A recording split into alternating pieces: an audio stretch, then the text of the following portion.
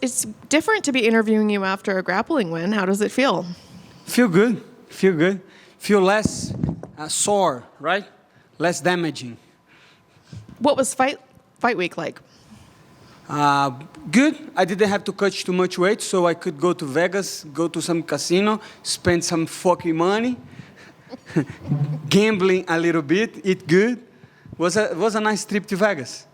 Would you want to do more of these? Or 100 every week.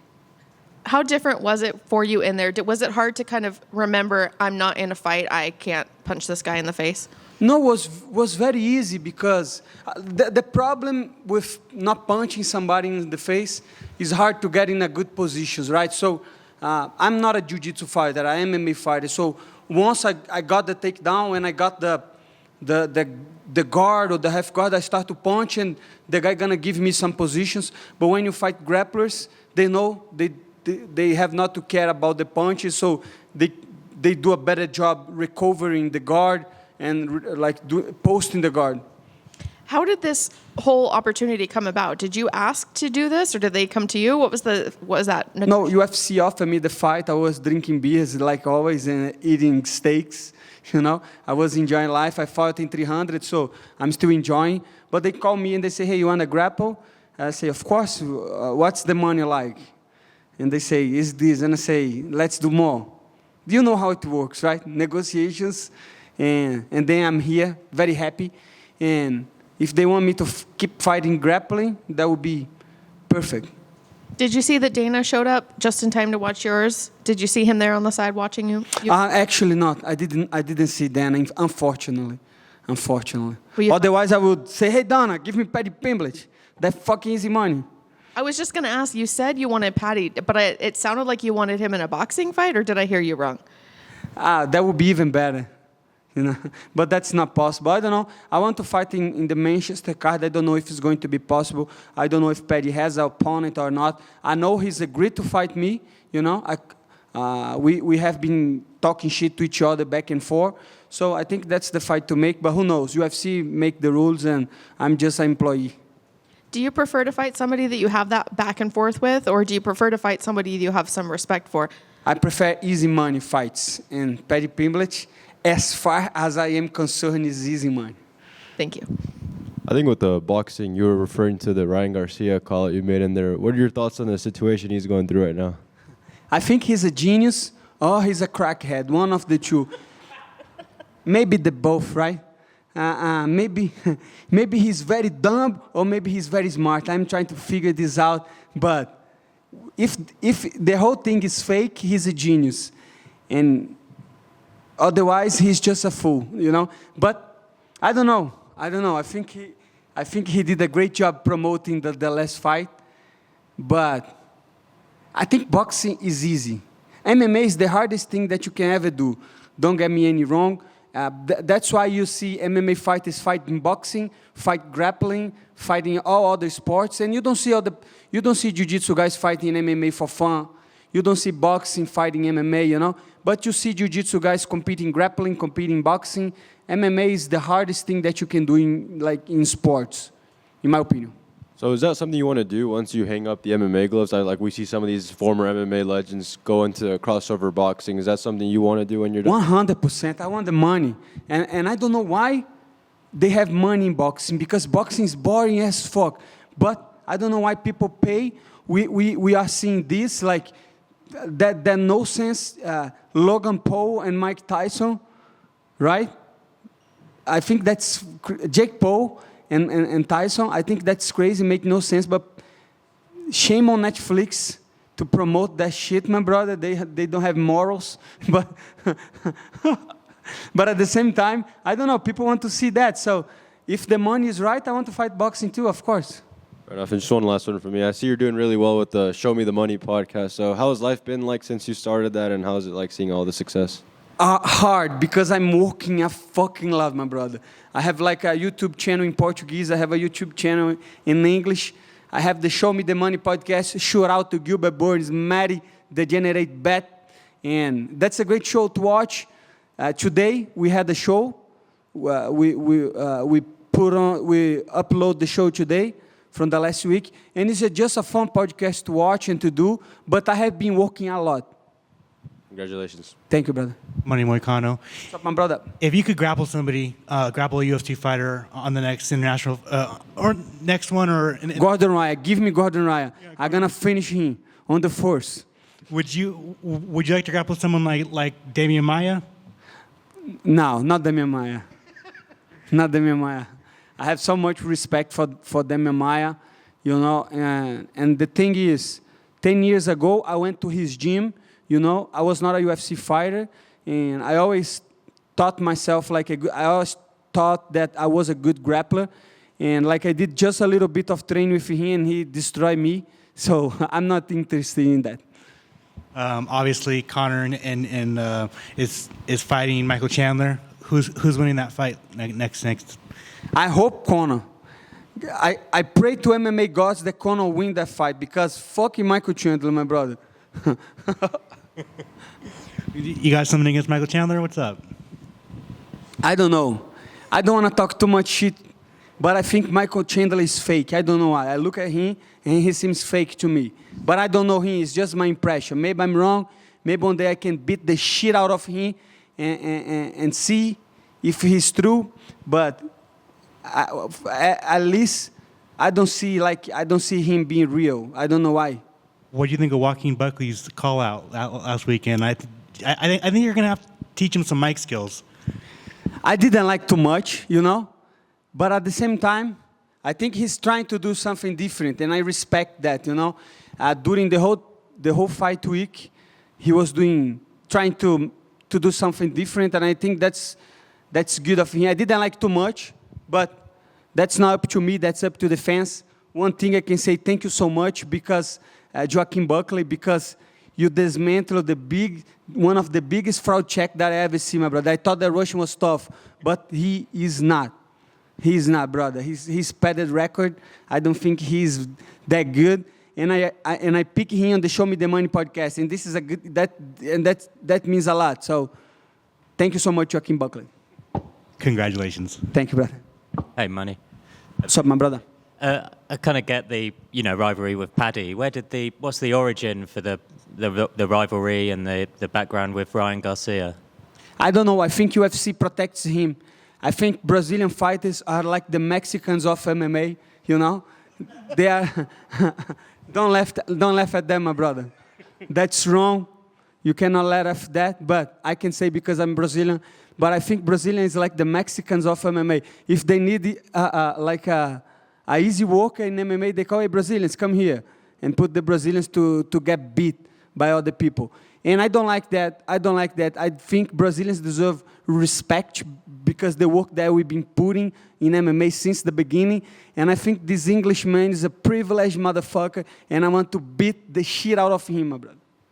That's why. But what about the rivalry of Ryan Garcia? Where did that come from? Not robbery. I think he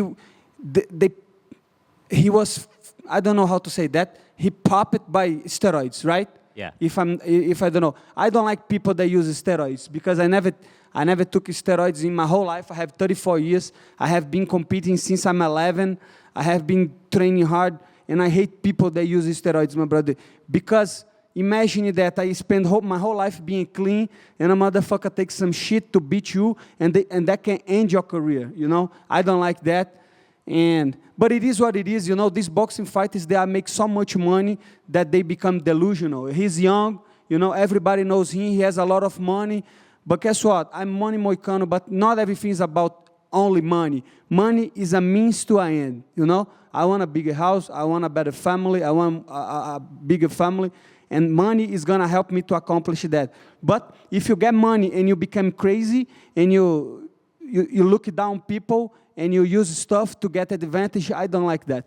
And like I was saying, I prefer MMA, but let's be honest. The real money is in boxing right now. So I know that fight's not going to happen, but maybe 5 years from now, 10 years from now, who knows? So to start to do something like that, you have to start to talk some shit. Maybe 5 years from now, I'm going to see something of what I say today. He's expressed an interest in fighting in the UFC before. That's bullshit, 100%, my brother. I can bet with you that he never gonna put a MMA glove. Sean O'Malley is not well known by his ground game and his wrestling, but imagine if that fight happens. One takedown, the fight is over. You know, in my opinion. I think these boxers, they need a reality check. Once they got kicked on the leg, once they get kicked in the face, once somebody take them down, they're going to see. Man, imagine that. Why you fight boxing? I cannot understand. Why only hands? That's crazy to me. Just a few about money. How much as a percentage of your purse from this event will you put towards Bitcoin? That's a good question, my brother. That's a good question, but I don't know. I have to understand more about like, because my problem is I'm not a trader, right? I don't look the charts. I eventually buy when I feel, when I have some cash outside, but maybe 30, 40% of what I make today I'm going to put on Bitcoin. But eventually, I'm going to keep putting more money on Bitcoin. You saw the economy, like the inflation is going up again, and that's going to drive Bitcoin to go up. But I don't know if it is the right time. But definitely, I'm trying to study every day about that shit. And I think in the next 2 years, Bitcoin is going to rise a lot. And I believe on the idea that's the most important thing. Well, you've gone viral on crypto Twitter. As a community, how does crypto Twitter compare to MMA Twitter? I don't know. I think crypto, that is one thing that is good and bad with crypto. Because crypto, I would say Bitcoin is like a religion. People is like a fucking religion. It's like a fucking cult. They just talk about Bitcoin.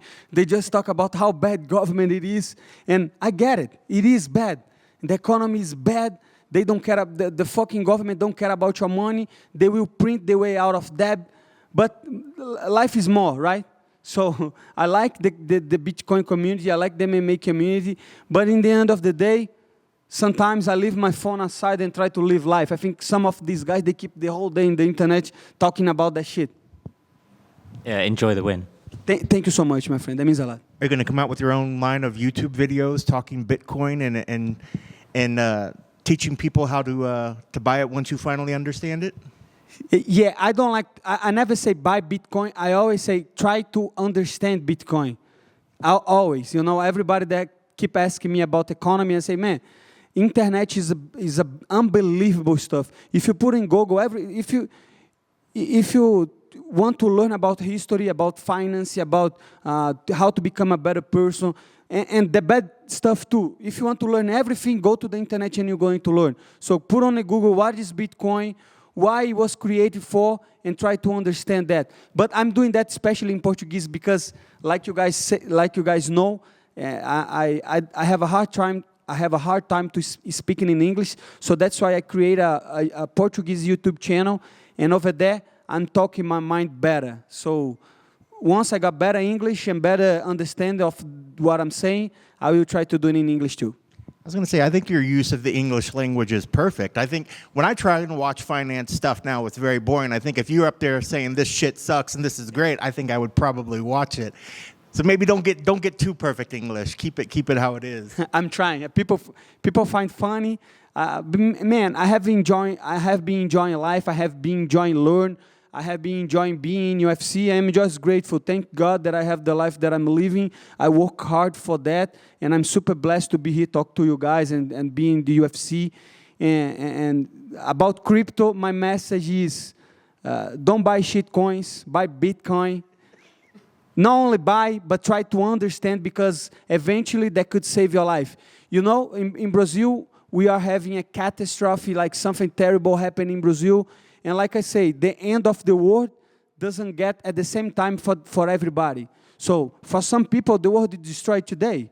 For other people, the world could be destroyed tomorrow. Could be a hurricane in Florida. Could be a war in Africa. You never know. So that's why you have to learn how to keep your money safe from government, from catastrophe.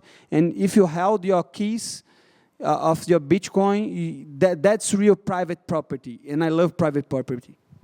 I did want to ask you about tonight because it looked like you got frustrated. How frustrating were the stalling calls? I was a lot because I was not really stalling. I was trying to pass, but these guys, they have good guard. It's very hard to. If that guy was an MMA fighter, I would have finished him because MMA fighters don't have a good guard game.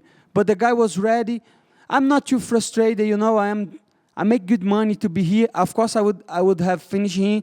There was a little bonus for the finish, so maybe that's why I'm a little frustrated. But I'm happy to be competing. I'm happy to be here in Vegas. And I'm looking forward to fight MMA soon. Any commentary gigs on the future, on the horizon? Commentary? On the Rising? Yeah, in your future, do you have any commentary gigs booked for the future? I have something. I have to call my manager. I have something booked, but I don't know. But if you guys want a very entertainment commentator for MMA, for everything, I'm here. Congrats on your win tonight. Thank you so much. Renato, just two quick ones for me. What's up? We normally see you do battle at 155. I'm sure you had to calibrate a couple things, but how good did you feel at 170? I felt great, like not having to cut so much weight. But in reality, 170 for me in UFC would be very hard because the guys are very way bigger than me. So I'm feeling comfortable in 155. I just need more time to have a proper diet. But I felt great on the 170. And lastly, you walked up to that Shane McMahon theme. What was the thought process behind that? I mean, it went perfect with Here Comes the Money. But like, how did you guys choose that, or how did you go about that? A lot of people have been, since I start with this money shit, people are saying, hey, use that song. That song is great. But the other song for me in MMA, there is a meaning to the other song that I use in fight nights, on the night of the fight. It's about my son, it's about family. So today was not a fight, so I wanted to try something different, and I like it. That was a good song to walk. Yes, sir. Congrats on the win. Thank you so much, sir. Have a great night. Is your teammate Edson winning this weekend? I hope so, my brother. I hope so, because he's not only my teammate, but he's an idol to me. I remember since the beginning, since before UFC, I always had Edson as a legendary fighter from Brazil. Everything that he did on the octagon and outside the octagon, like he's a true character. You know, Edson is one of, I don't know, he's kind of a legendary fighter to me. And I hope he wins. He has a tough fight. That's not going to be an easy fight for Edson or for Murphy. But I hope he wins, you know. I'm not talking here as a commentator or a YouTuber. You know, I'm talking as a friend, and I hope he wins. There's a few BMFs in the UFC. He's one of them, right? 100%. Edson Barboza fought everybody. And not even for that. I remember when you talk about Edson Barboza, I remember his style, his kickboxing style. For me, he was the first truly high-level kickboxer that went to MMA. And we saw like spinning back kicks, knees, elbows, kick knockouts on the head, on the middle, even with low kicks. So back in the day, he was the best kickboxer that we had in MMA, and he was the first one. So that's why he's legendary. Thanks so much, everybody. Have a great night.